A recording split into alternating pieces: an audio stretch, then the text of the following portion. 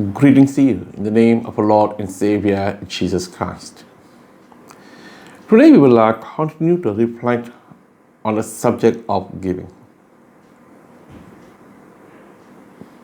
A very, very, very highly sensitive subject. The life of many churches. Someone once said the nerve that leads to one's pocket is the most sensitive nerve. You can talk about anything, but not about giving. I've heard members complaining, "Hey, Archdeacon, what is this your clergy? They are always talking about giving. So usually when I meet the clergy, hey, I met one of your member. It says Sunday after Sunday, you're talking about tithing and offerings and donations. Of course, some churches, they may be involved in some specific fundraising project. More than often, they'll say, I only talk about giving during our annual Thanksgiving festival service. Or only last Sunday, I spoke about giving. The member that you're talking about, he came to church last Sunday after a very, very long time. So happened when he was in church, I was talking about giving. So people don't want to hear about giving. I believe giving is a thermometer by which one can measure one's spiritual growth. You may or may not agree with me.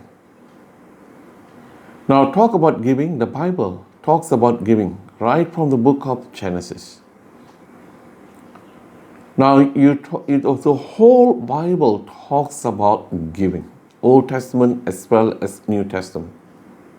We cannot run away from the subject of giving, because giving is part of our spiritual discipline.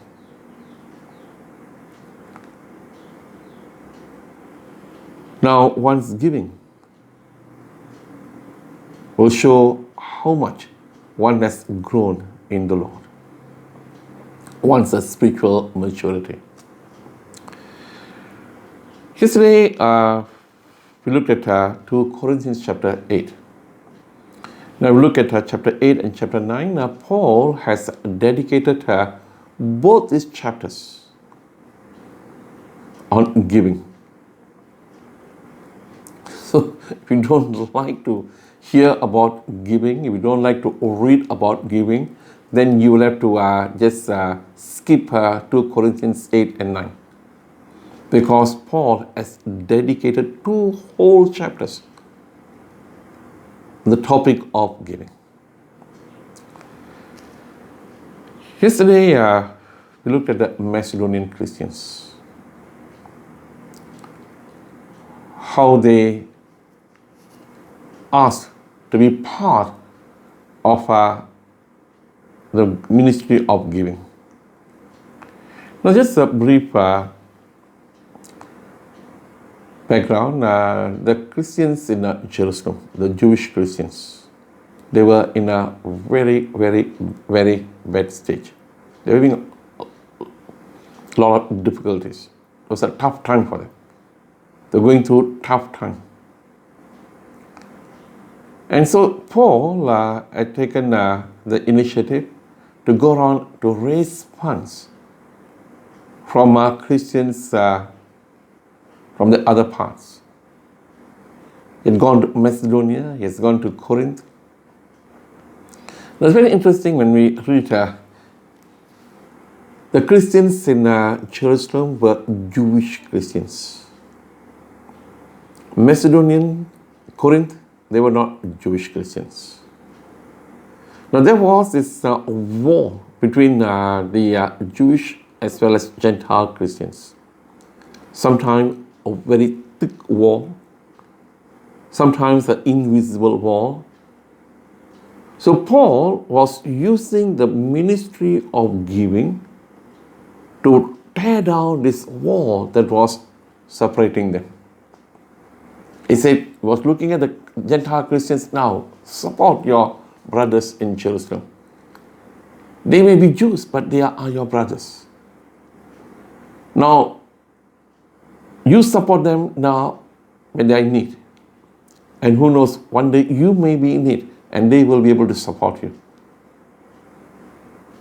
So he was bringing the Jewish Christians and Gentile Christians together.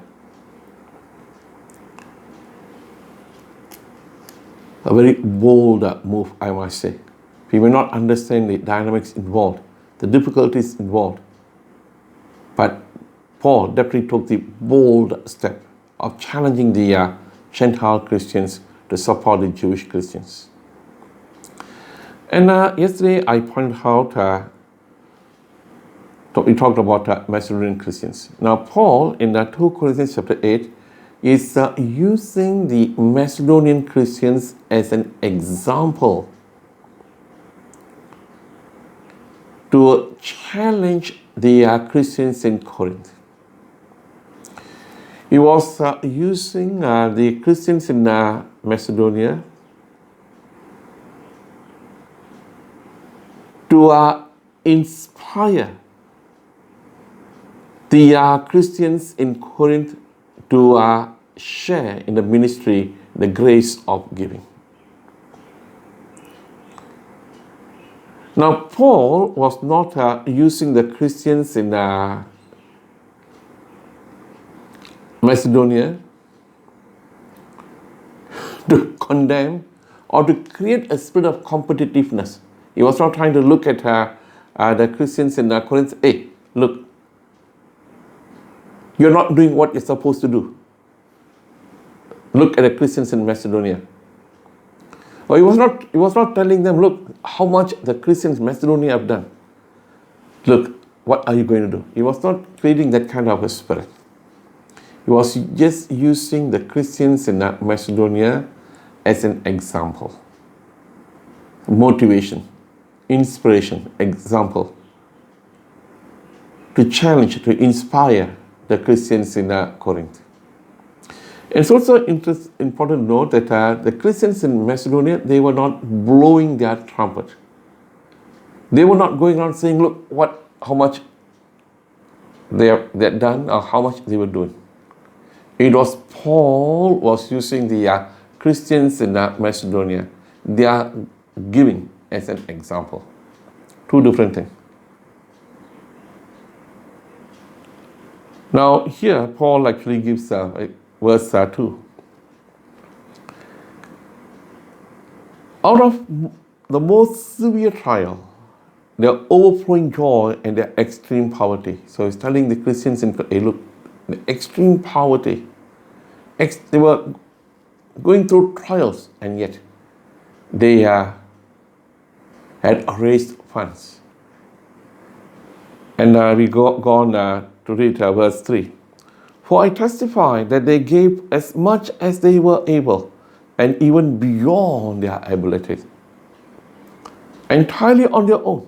So Paul is using all this to encourage, to stir the spirit of giving that was already there in the life of the Christians in Corinth.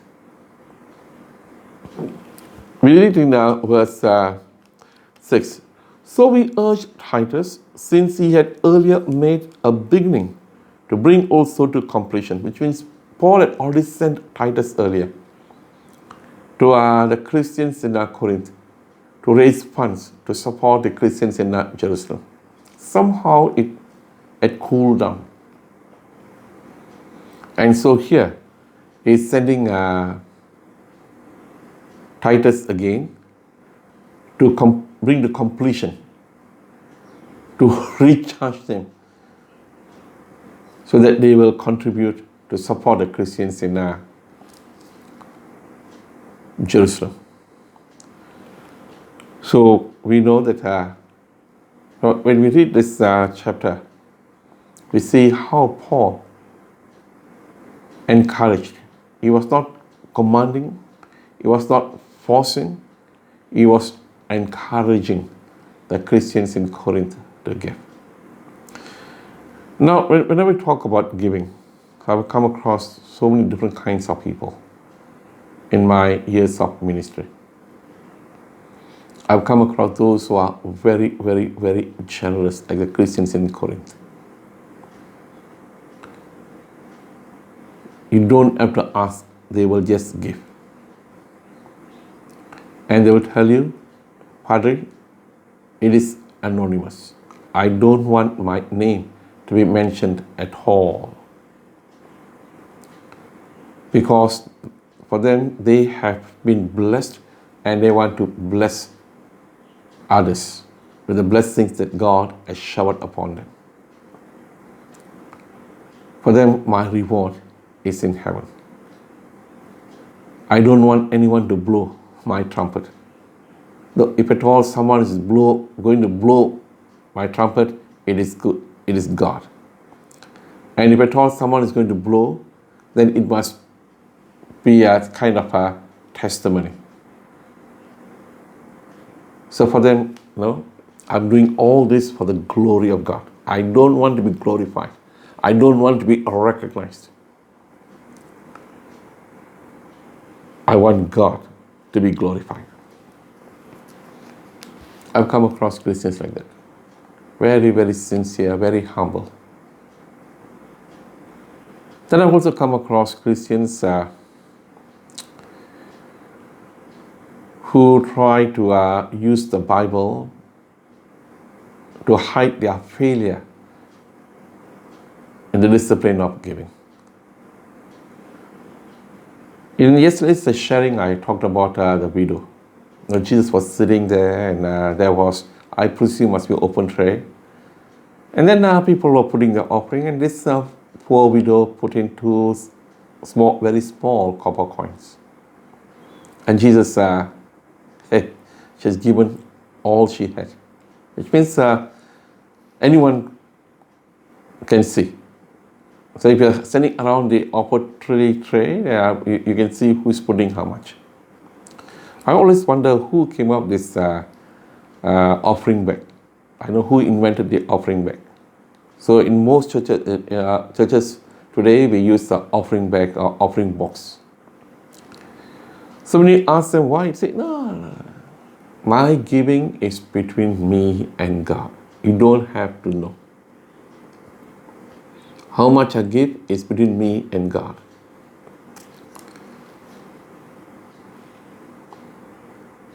Some, as I said earlier, are very, very generous. But I am tempted to believe those who invented this offering bag and those who support this idea of offering bag are those who are not generous. Now, I have come across torn notes in the offering bag, currencies that cannot be changed in the bank. Those days, a 1 cent coin. So these people, they hide their failure in the discipline of giving. So you ask them, it's between me and God. All that you know that they may be just putting 1 ringgit. We do not know. Now, we can always use Matthew chapter 6 to support this idea. What I read for you, Matthew chapter 6.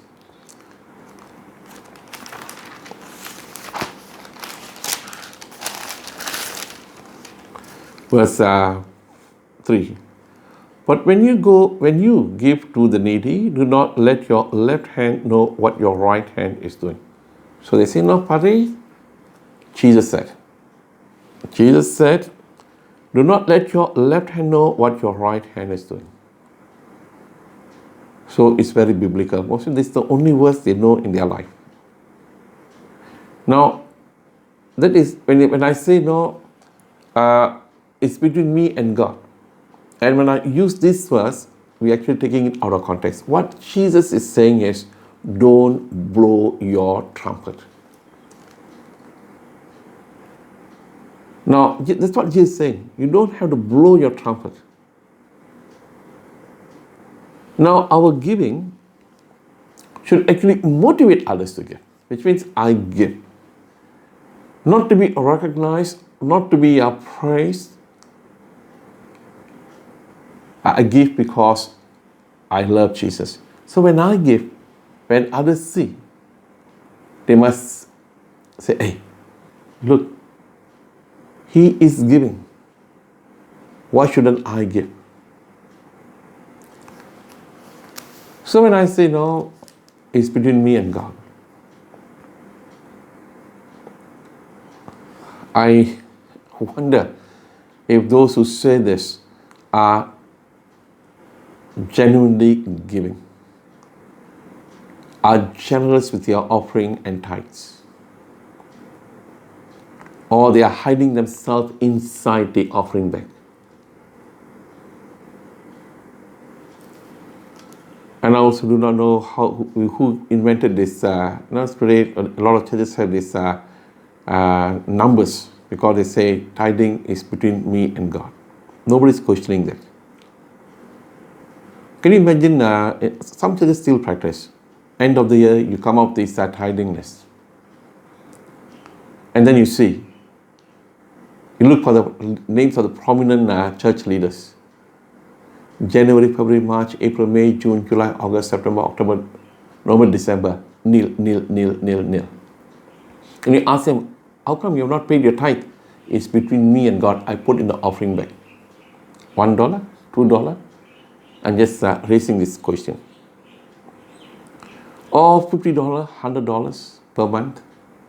So what we do, we try to use all these things to hide our failures in supporting the ministry of God generously. We say it's between me and God. So I want to ask you, are you supporting the work of God financially? Or are you hiding behind Matthew chapter 6 verse 3?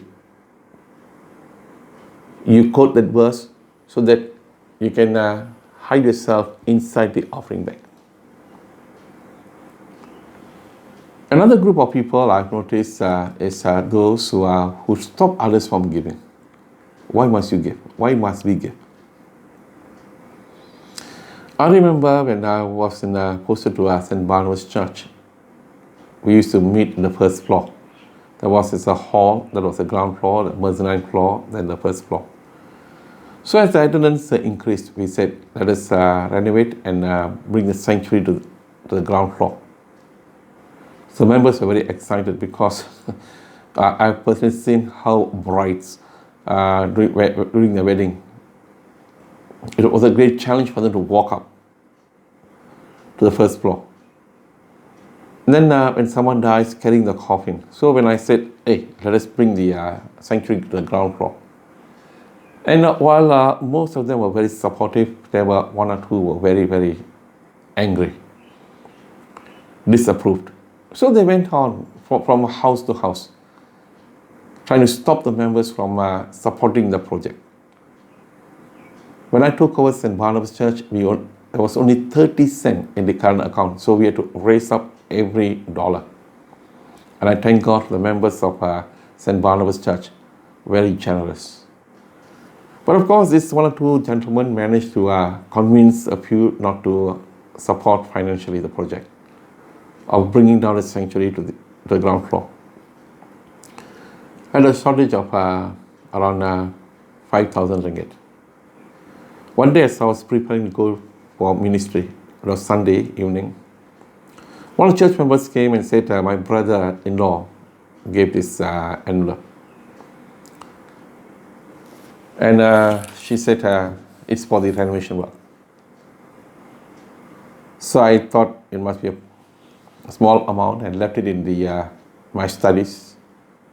So when I came back, when I opened the envelope, I was so surprised and I was very, very, very grateful to God. There was 5,000 ringgit cash, enough to pay and settle with the contractor. Now, see how our God is a big God. Of course, there are those who try to hinder. Now, if you have tried to discourage others from supporting the work of God financially, I can only give you one thing: be careful. God might stop His blessing upon you and upon your family life. If you have been influenced by friends or relatives not to support the work of the church, I want to ask you, who died for you on the cross of Calvary? Was it your relations, your friends, or Jesus? For me, it is Jesus. So I give because of Jesus.